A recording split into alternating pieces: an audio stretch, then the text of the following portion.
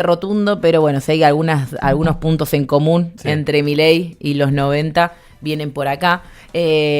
Vamos a hablar, en este momento estamos ya de hecho en comunicación con Fernando Cardoso, ex trabajador del SEGBA de Servicios Eléctricos del Gran Buenos Aires y parte del colectivo de ex trabajadores de empresas privatizadas justamente del Estado durante los 90.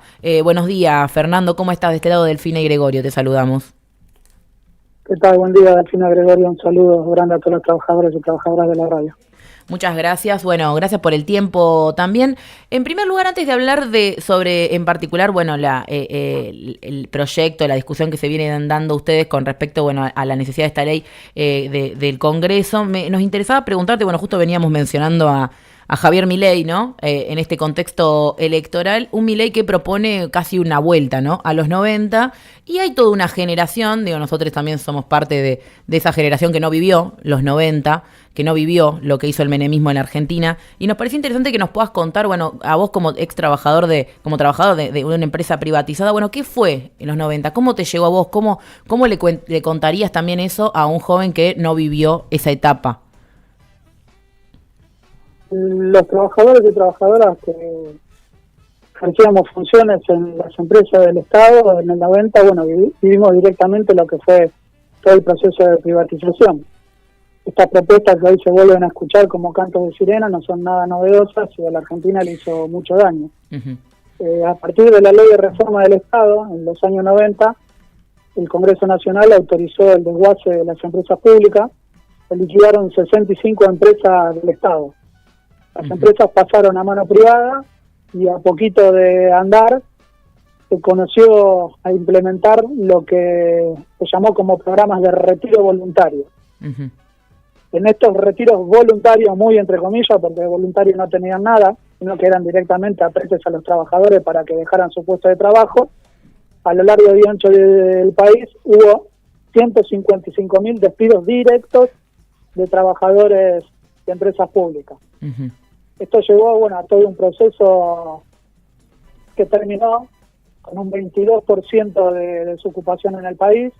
Los trabajadores recibían algunos pesos, empezaron a rebuscar como podían, se conocieron, bueno, lo que se llamó, algunos comunicadores llamaban la patria remisera, se compraban un auto para remis, ponían un kiosco, se abrieron y se popularizaron los parripollos, las canchas de pádel, pero la realidad es que, bueno, algunos meses, con mucha suerte, un año y meses, digamos, todos estos emprendimientos terminaban cerrando y terminaban, digamos, en catástrofe con los trabajadores y trabajadoras en la ruina, porque la sociedad entera vivió el mismo proceso y no había a quien darle, digamos, los servicios que estos trabajadores prestaban, ni tampoco había quien los comprara.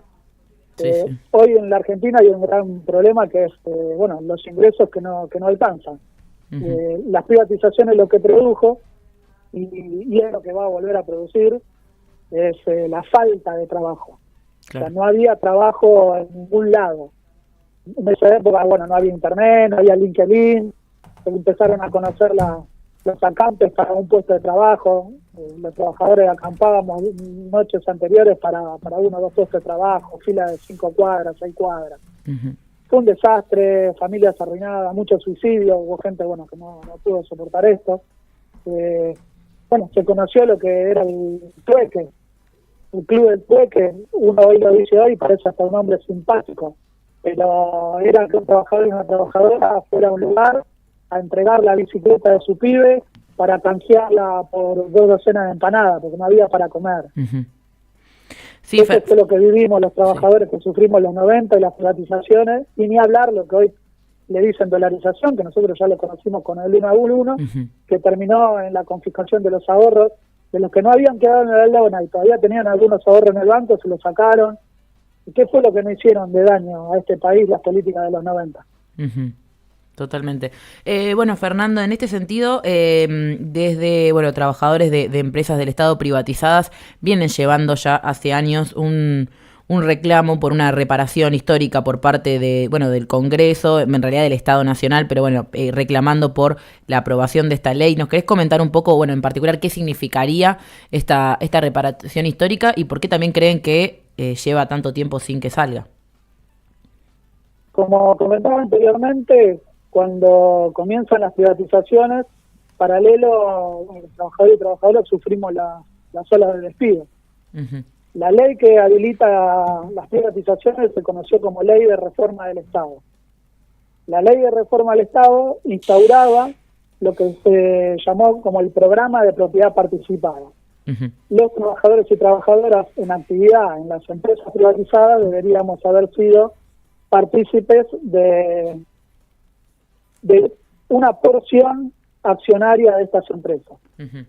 La realidad es que la decena de miles de despedidos, después de 30 años, nunca cobramos, porque por distintos instrumentos se las ingeniaron para no pagar lo que correspondía por este programa de propiedad participada. Ujú. A lo largo de estas décadas hubo distintos proyectos de ley para beneficiar a trabajadores y trabajadoras de distintas empresas en el Congreso Nacional. Nosotros le damos el nombre, de proyecto de ley de reparación histórica para todos los damnificados de las privatizaciones del menemismo.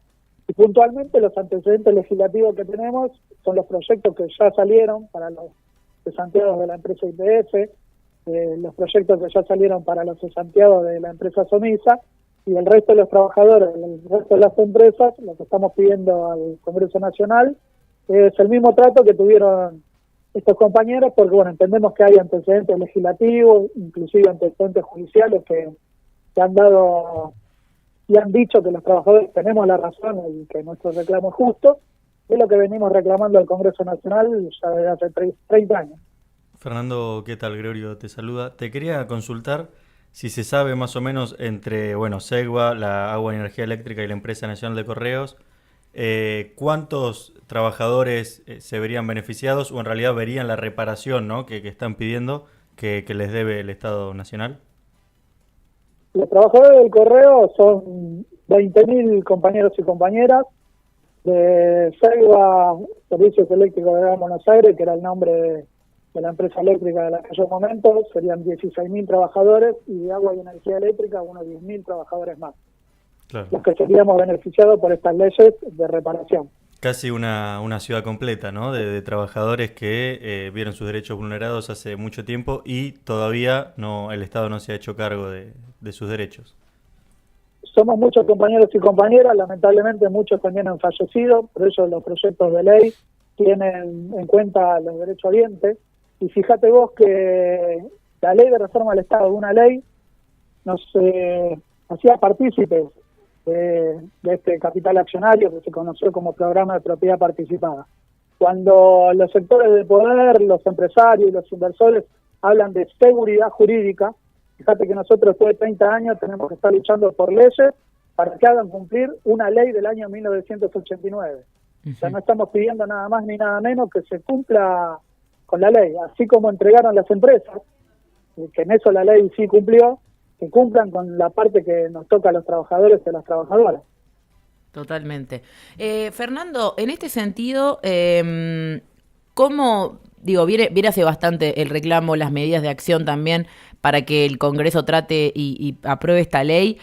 ¿En qué momentos creen que está dentro del Congreso? ¿Están pudiendo tener diálogo con algunos diputados, legisladores? ¿O viene habiendo una especie de abandono, si se quiere, por parte de ese sector también? Los trámites de los proyectos parlamentarios en este momento están en la Oficina de Presupuesto del Congreso, Uh-huh. la OPC.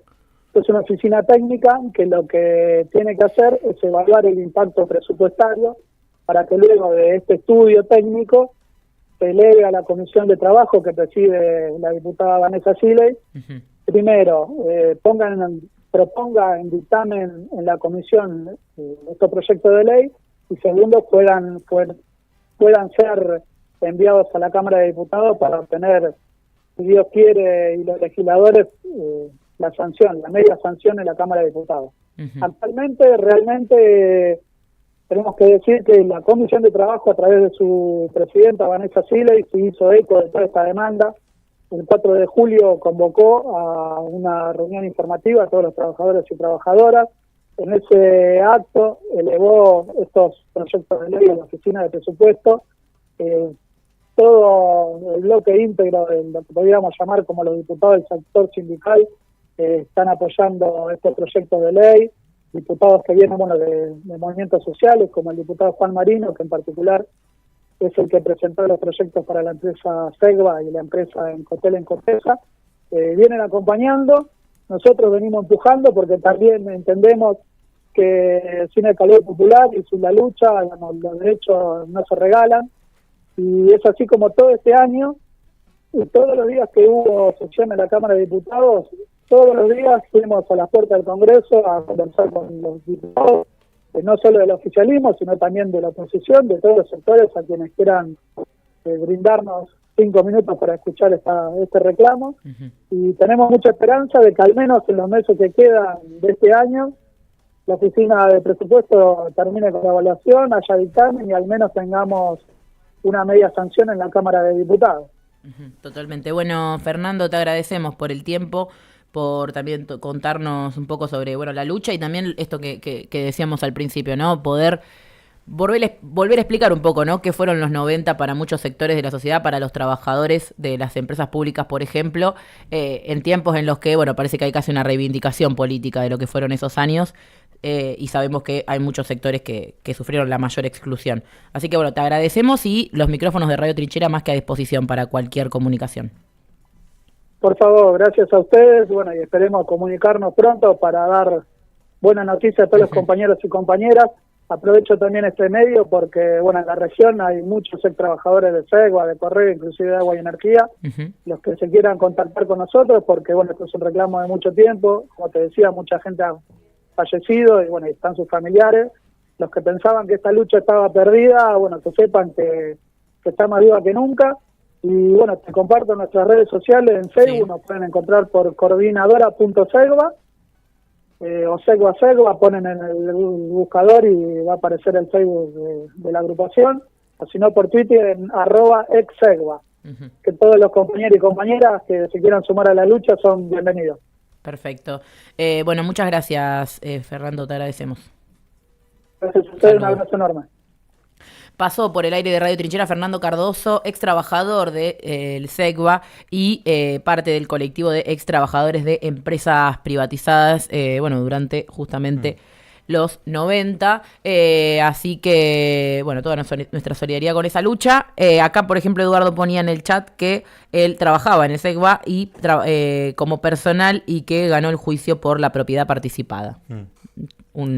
Ahí él decía, Fernando mencionaba que había algunos antecedentes de que esta lucha tiene que suceder, así que con esa información nos